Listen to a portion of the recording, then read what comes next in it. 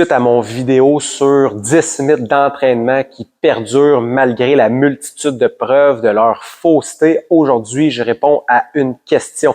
Mais juste avant, si toi aussi tu aimerais que je donne plus d'explications sur un de ces mythes-là, tu peux retrouver le lien du vidéo original dans la légende ou facilement sur mon profil. Je t'invite à poser ta question directement dans les commentaires.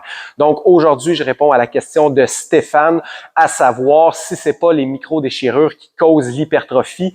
Qu'est-ce qu'il fait? Premièrement, l'idée qu'on doit déchirer la fibre musculaire pour qu'elle se régénère, qu'elle se répare plus grosse et plus forte, c'est une théorie qui fait du sens. Ça a été la théorie valide pendant des décennies. C'est d'ailleurs ce que j'ai appris à l'université. Par contre, avec l'avancement des technologies, des méthodes de recherche, on sait aujourd'hui que c'est pas vrai. Où est-ce qu'on s'est trompé? C'est parce qu'il y a une synthèse de protéines qui est associée aux microdéchirures de manière proportionnelle. Plus de microdéchirures, plus de synthèse de protéines, puis on s'est dit, plus de synthèse de protéines, plus d'hypertrophie. Par contre, avec l'avancement des recherches, on sait maintenant que cette synthèse de protéines-là, qui est associée aux microdéchirures, ne sert qu'à remplacer les myofibrilles qui ont été endommagées et non pas à bâtir du tissu musculaire supplémentaire. Autre chose qu'on croyait autrefois, c'est que les microdéchirures étaient causées pendant l'entraînement, lorsqu'il y avait déformation de la fibre musculaire, étirement, raccourcissement,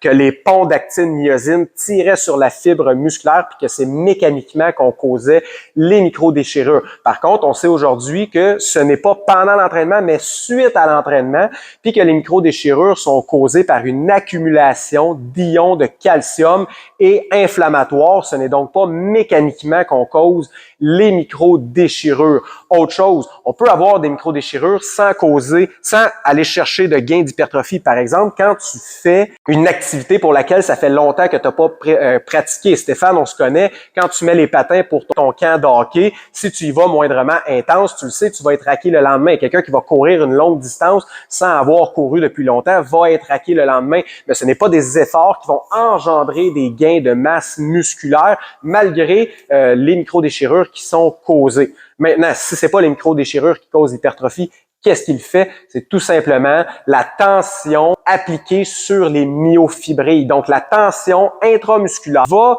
permettre une sécrétion d'une enzyme qu'on appelle le mTOR. Puis c'est cette enzyme-là de mTOR qui va par la suite enclencher la synthèse de protéines. Donc, plus de tension intramusculaire, plus de fibres musculaires recrutées, plus de mTOR, plus de synthèse de protéines. Une chose qu'il faut comprendre, par exemple, c'est que le processus de synthèse de protéines qui est associé aux microdéchirures, celui qui est associé à la tension musculaire, sont deux processus complètement différents qui sont en quelque sorte même en certaines compétitions.